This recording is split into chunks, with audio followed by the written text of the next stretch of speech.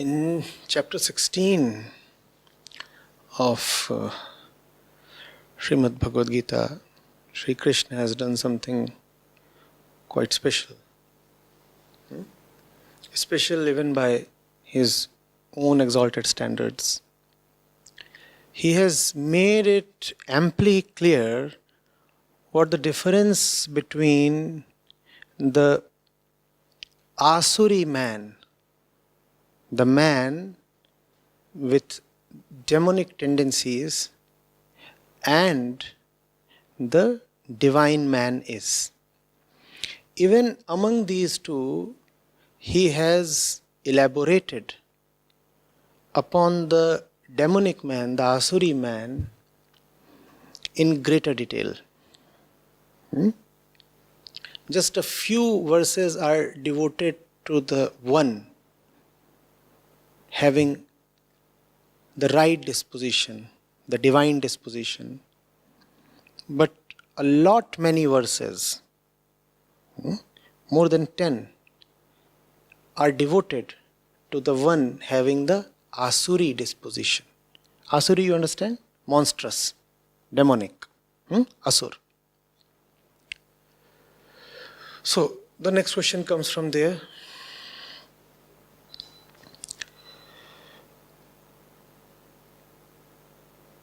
Verses 19, 23, 24 and then many others from verse number 7 to verse number 18.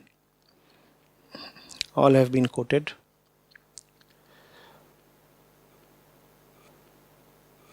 I'll start from verse 19, then move to 23 and 24. These malicious and cruel evildoers, most degraded of men, I hurl perpetually into the wombs of Asuras only in these worlds.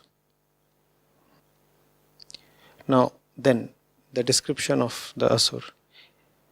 He who, setting aside the scriptures, the Shastras, acts under the impulse of his own desire, he attains not to perfection, nor happiness, nor the goal supreme. Then verse 24. Let the Shastra, the scripture, be your authority in ascertaining what needs to be done and what ought not to be done. Having known what is said in the scriptures, you should act. So the question then is, Sri Krishna has defined Asuras as the ones who act under the impulse of their desire. He also says that Asuras keep on taking birth in Asur wombs, and if that is so, then how will the cycle break? Then, in modern times, reading the Shastras and respecting them has been given a rather derogatory meaning. This makes it even more difficult for people to come closer to the spiritual scriptures. How come we came this low, and what should be done now? Right. So, the first part of the question. Who is an Asur? An Asur is one who keeps the scriptures aside, detests them, ignores them, even derides them, and says, what I know is right.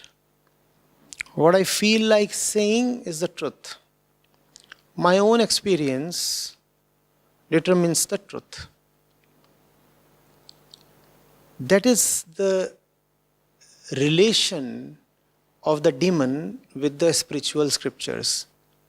He disregards spiritual scriptures, even hates them. That's what Sri Krishna is very concretely saying in chapter 16 of Srimad Bhagavad Gita. Instead of listening to the scriptures, they want to act under the impulse of their own desire. Their desire they take as supreme. In fact, there is nothing higher from them than the dictates of their own desires and tendencies. That's what they call as their liberty and their freedom. They say, if I feel like doing something, I'll do that. That is the determinant of my action, my feeling. If I have an impulse to do something, I'll go ahead and do that. And if I do that, I'll call myself as a free person, and truth is freedom. Therefore, if I follow the path of my desire, I'll reach truth. Equally, they say that that which makes you happy is worth doing. According to Sri Krishna, this is an outright demonic approach to life. The moment you come across someone who says, do that which makes you happy, remember Sri Krishna, he's saying this approach is an Asuri approach. Sri Krishna is saying the defining characteristic of Asura is that he will not listen to the scriptures. He will just not want to read the scriptures. Why will he not want to read the scriptures? Because the scriptures will not allow him to do what he wants to do. And that's what Sri Krishna is advising him here. He says in verse 24 of chapter 16, Srimad Bhagavad Gita, let the scripture be the authority. Let the scripture be the authority. And it's a great fashion these days to say, I will not accept any authority. For the information of those who detest any kind of authority, here is Sri Krishna for you. Chapter 16, Srimad Bhagavad Gita. If that means something to you, who's saying, yes, the scriptures are the authority. And he says, Arjun, let the scriptures be the authority. Let them ascertain what ought to be done and what ought not to be done. Your own tendencies, your own likes, dislikes, prejudices, proclivities will not determine what is worth doing, what is worth rejecting. Refer the scriptures. Go to them, listen to them, seek advice from them. Let them tell you what you should do and what you should not do. If you will not listen to them, then who is it you are going to listen to? There is only one force or entity then left to command your life, and that force is called ego. You will either listen to the scriptures or follow the commands of your ego. And your ego, yes, obviously is quite dear to you. You are quite identified with it, but it is not your friend. It's not going to do you any good to live by your ego. Not only is your ego not your friend, the ego is actually quite foolish. Even if it tries to do you good, it will end up harming you badly. Therefore, do not be so confident of yourself. Have some discretion, have some respect for what the scriptures are saying.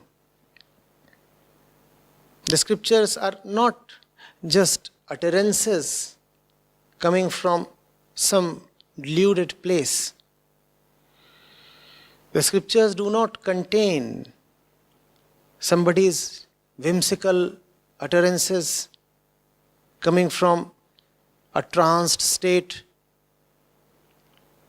or a mystical stupor or something.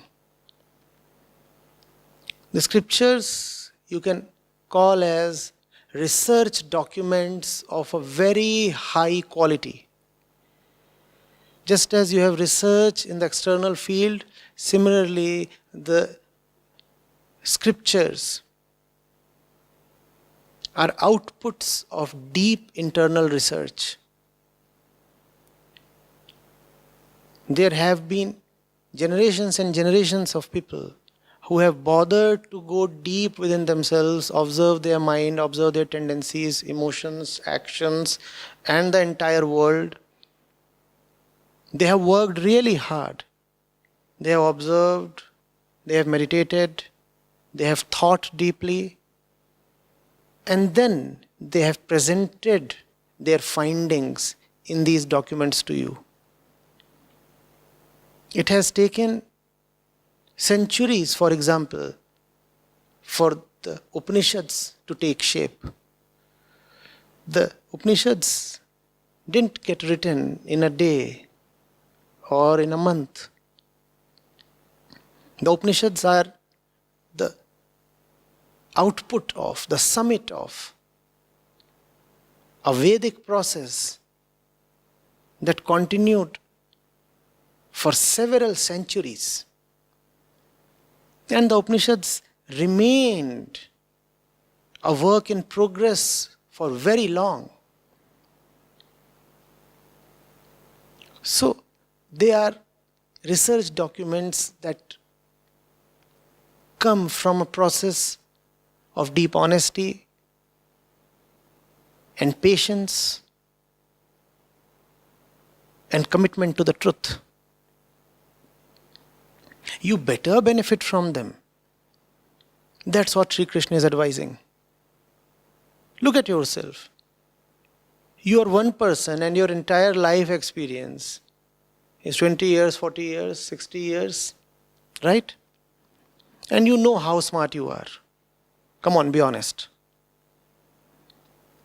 And where do, for example, the scriptures come from, the Upanishads come from? They really come from a collective process. Be it the Vedas or the Guru Granth Sahib. I'm keeping a few other scriptures aside for the while.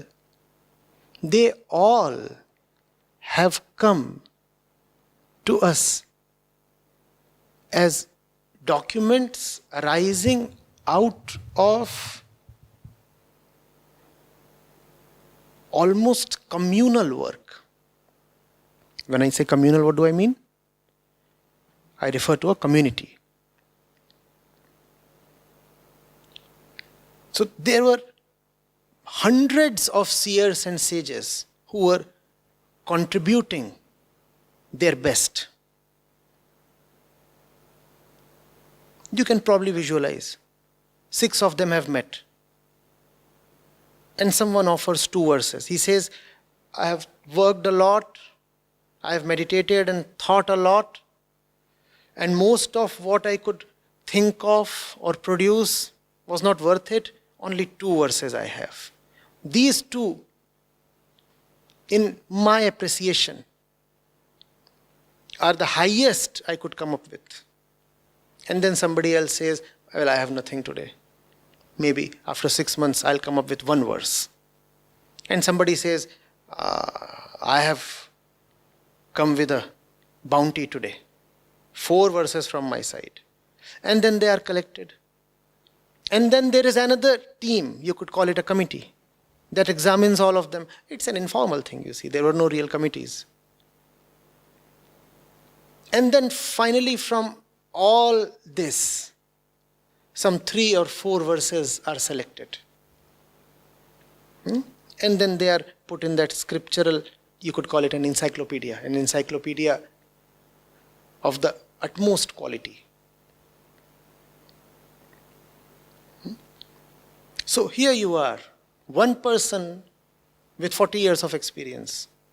Contrast that against generations and generations of dedicated, committed sages, and hundreds and thousands of them. One person, 20, 40 years of experience with no dedication towards truth. And there you have generations and generations of hundreds and thousands of sages with absolute commitment to the truth. Won't you want to listen to them? Won't you want to at least read that scripture? But if you are an Asura, you won't. Because you know with great certainty that if you read that scripture, you will not remain an Asura. And that's what the ego really loathes, changing, giving itself up. I can tolerate anything except a deep change. You want me to change my clothes? I'm all right with that. You want me to change my soul? No, not at all. Who wants to give up the soul? Giving up the soul is almost like giving up the ghost. You're gone, dead. To defend his pervert life, the Asura comes up with fantastic arguments. Those arguments have all been listed by Sri Krishna. And they all look so relevant, so contemporary. It's almost as if Sri Krishna and Arjuna are standing today right here in front of us. And Sri Krishna is talking about the utterances and arguments and defenses of all those who want to run away from the scriptures. See, I'm reading out the verses for you, starting from verse number 7 of chapter 16. The persons of Asurika nature do not know what to do and what to avoid. Neither is purity found in them, nor good conduct, nor truth. What do they say? They say, oh, there is nothing called the truth. The universe is without truth. Don't you hear that? That sounds familiar, does it not?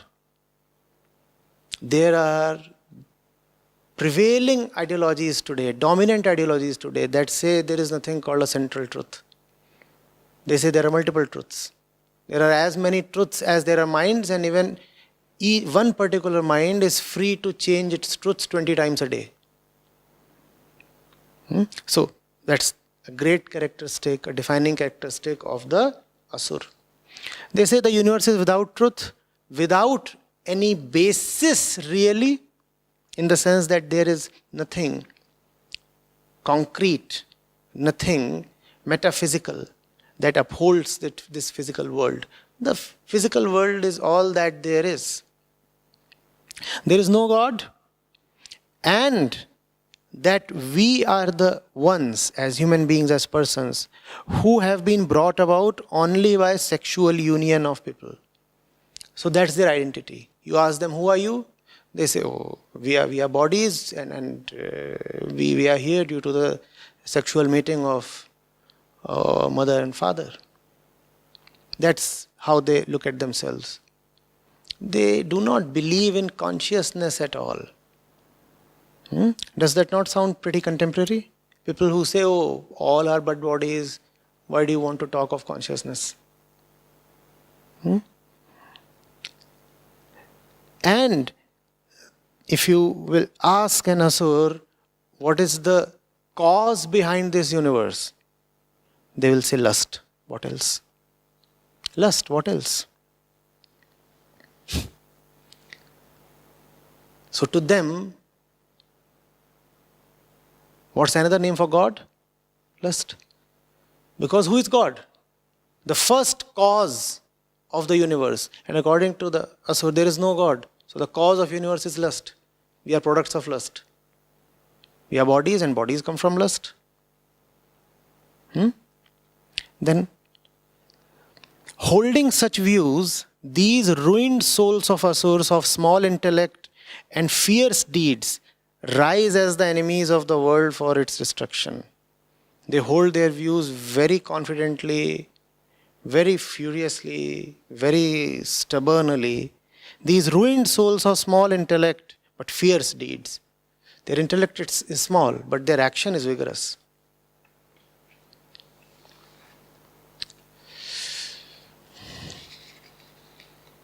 Filled with insatiable desires. Great are their desires. Full of hypocrisy, pride and arrogance, holding evil ideas through delusion, they work with impure resolve. Desires, hypocrisy, pride, arrogance, evil ideas. Not at all something that you cannot relate to.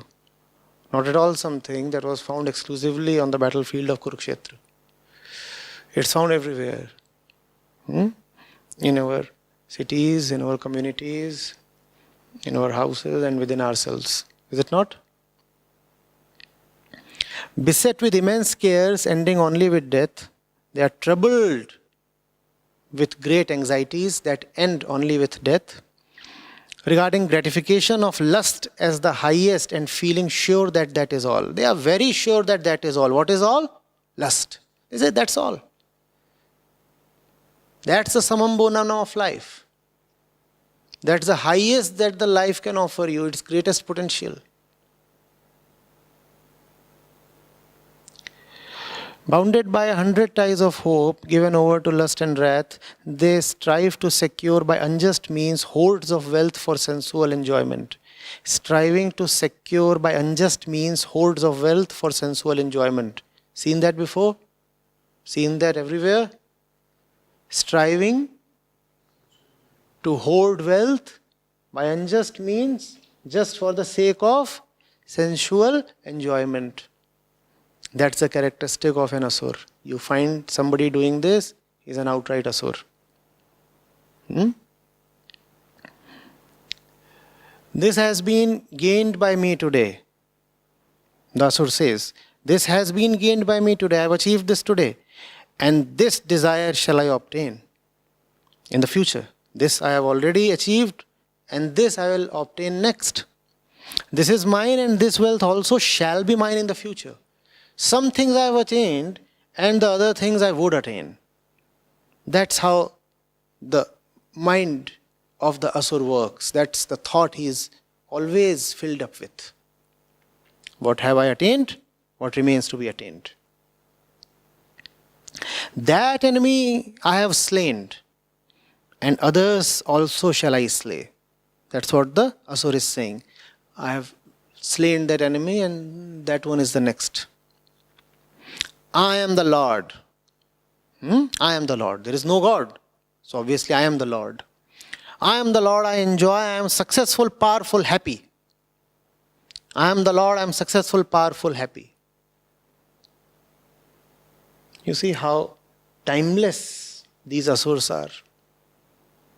And we talk of this time age as Kali Yuga.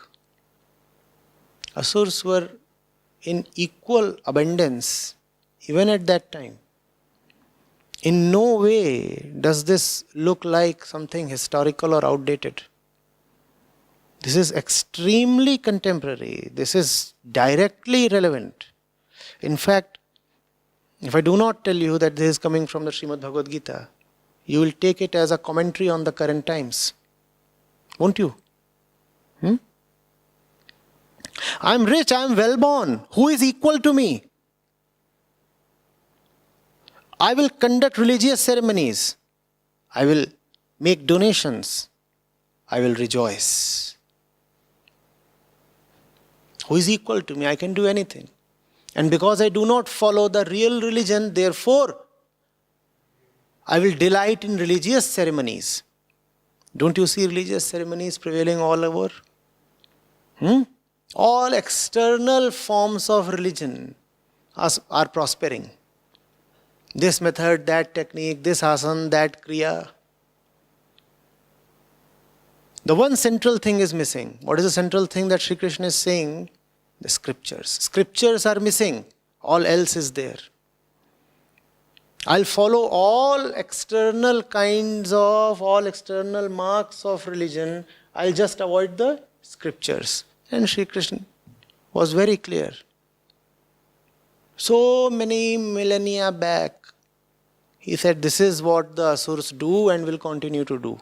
He does not say, mind you, that the Asurs totally avoid religion. He says the Asurs do actually participate in religion. But what is their participation all about? Oh, can we wear the sacred thread? So there is the Yajñopavit ceremony. Can we worship this animal? Can we engage in this kind of kriya? Can we celebrate that festival? All these things they will do.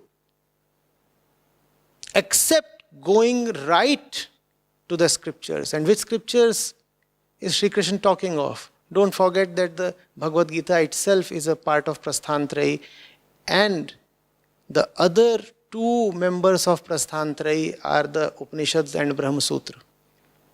The Upanishads are what we call as Vedanta. Sri Krishna is definitely talking of Vedanta because the Bhagavad Gita itself is called an Upanishad. Sri Krishna is referring to Vedanta here. Who are the Asurs? Who will engage in all kinds of pseudo-science, even pseudo-religion, but will with great determination avoid Vedanta. That's the mark of the Asur. And remember that the Asur, the demon, really need not have all the ostensible and external characteristics that we attribute to a monster. He might be looking almost like a rishi in appearance. He might take up the form and shape and all the external and artificial attributes of a sage, a seer. Do not judge him by that. Know him by his attitude towards the scriptures. Sri Krishna is very clear. If somebody avoids the scriptures, he is an Asura. And if you want to know in life what to do, what not to do, who you are and who you are not, then you have to go by scriptural advice. Are you getting it? Bewildered by many a fancy, covered by the meshes of delusion, addicted to the gratification of lust, they fall into a foul hell. Yeah, they surely do. But they still don't learn. Self-conceited, haughty, filled with the pride and intoxication of wealth, they perform religious ceremonies in name, out of ostentation, disregarding the scriptures. So, yes, already talked about this in advance. They will perform all kinds of religious activities, but only as an ostentation. Just to demonstrate.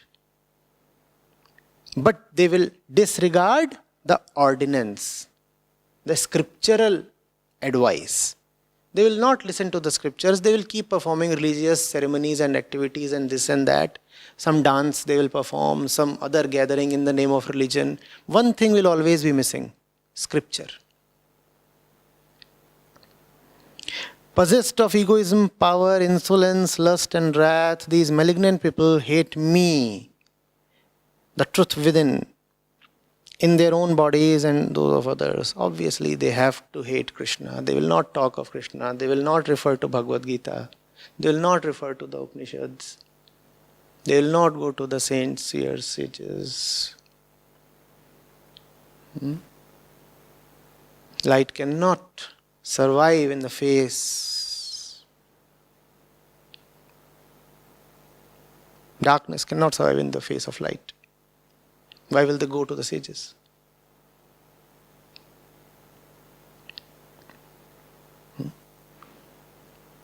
Sri Krishna does not merely say that they will not go to the sages. He uses a strong word. He says, these malignant people hate me in their own bodies and in the bodies of others.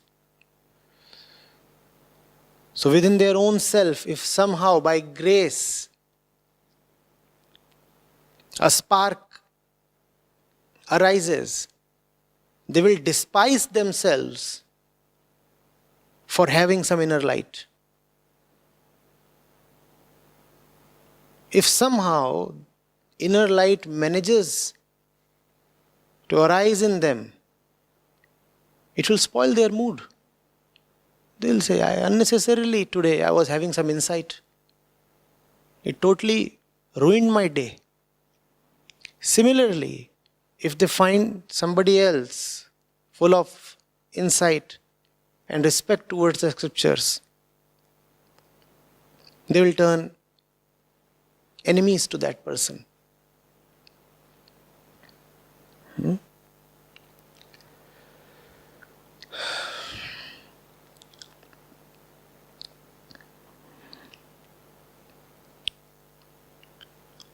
Today, if the situation is so bad, as the questioner says, he says, how did we come so low and what should be done? He is saying, in modern times, in today's times, going to the scriptures has almost become a derogatory thing.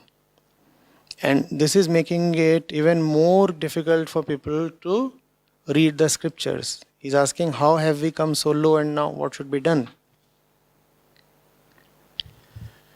How have we come so low?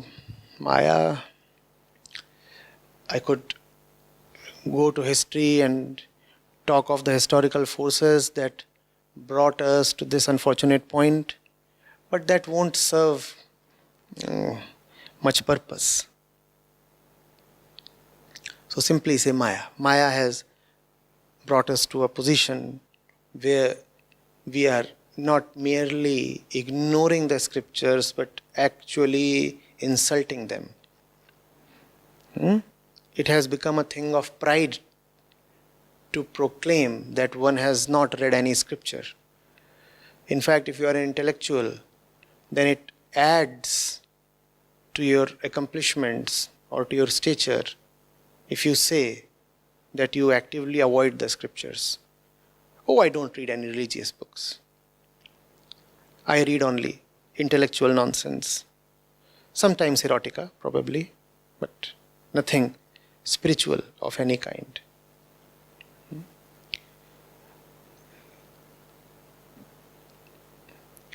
Man's ego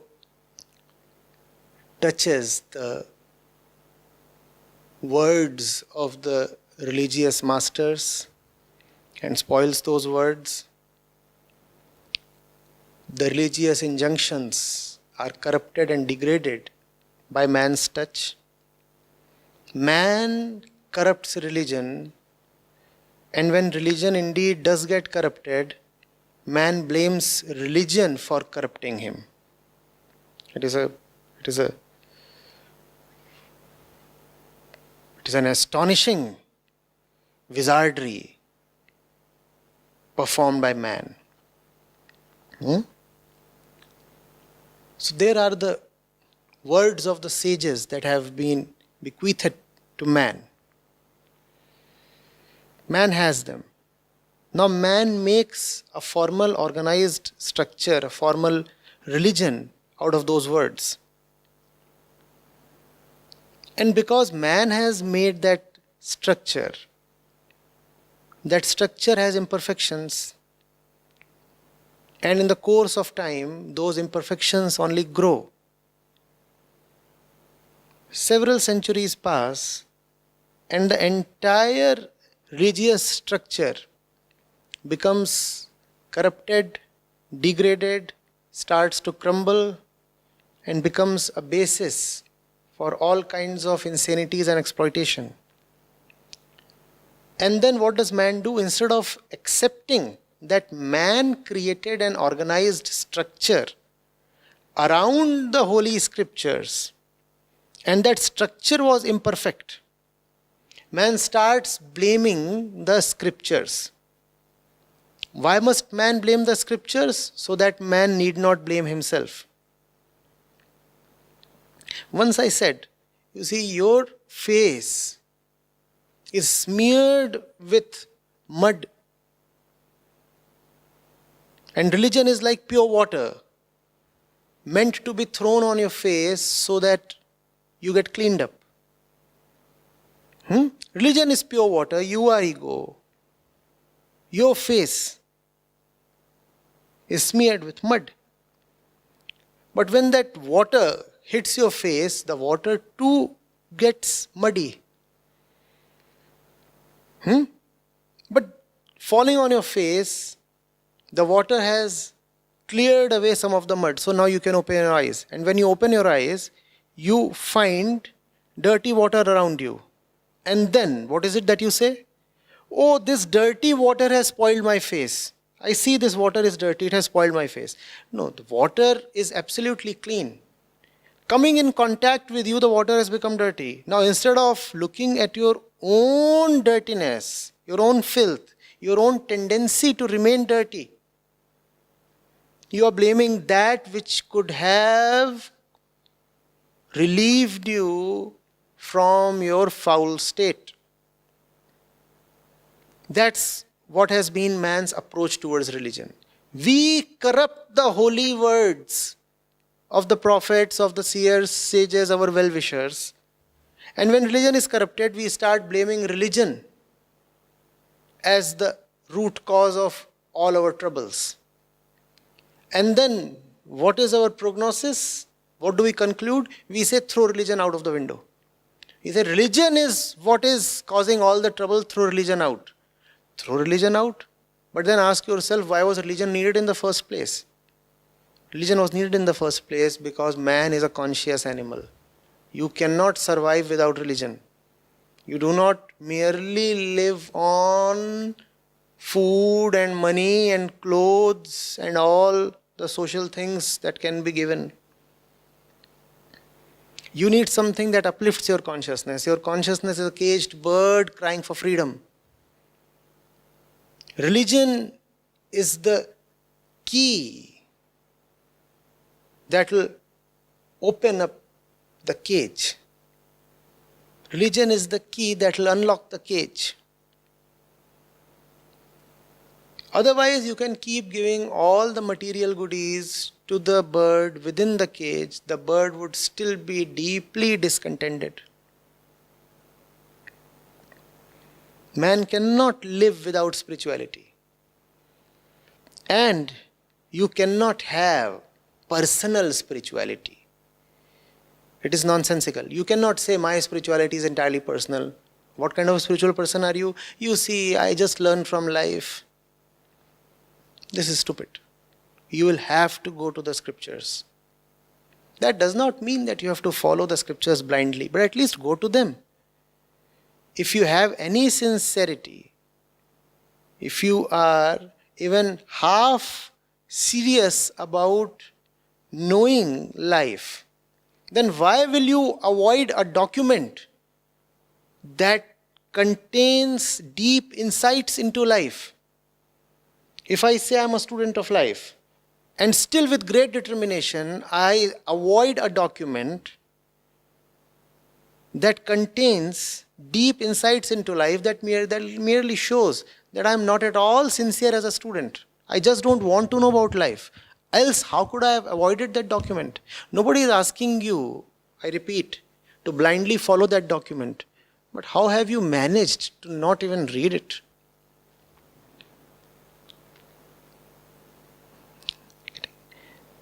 That's why your foundation is trying really hard to bring these eminent scriptures to everybody.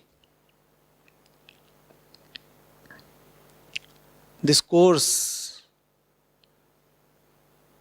that you are participating in right now is a part of that initiative. This is probably what mankind needs the most at this juncture. We need the scriptures to reach every single human being. We need people to read these documents with attention. You might find some parts there that have become outdated, that are no more relevant today. There is no compulsion to take them seriously or abide by them. But then there is a lot there that is extremely relevant, extremely useful, starkly contemporary. That's what we are trying. We are hosting courses in both Hindi, English, you know of that. And we are making these discussions available to the general public, everybody.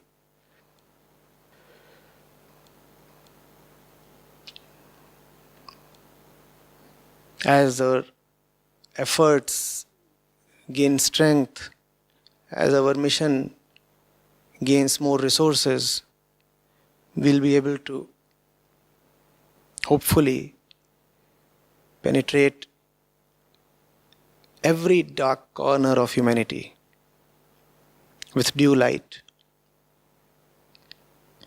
The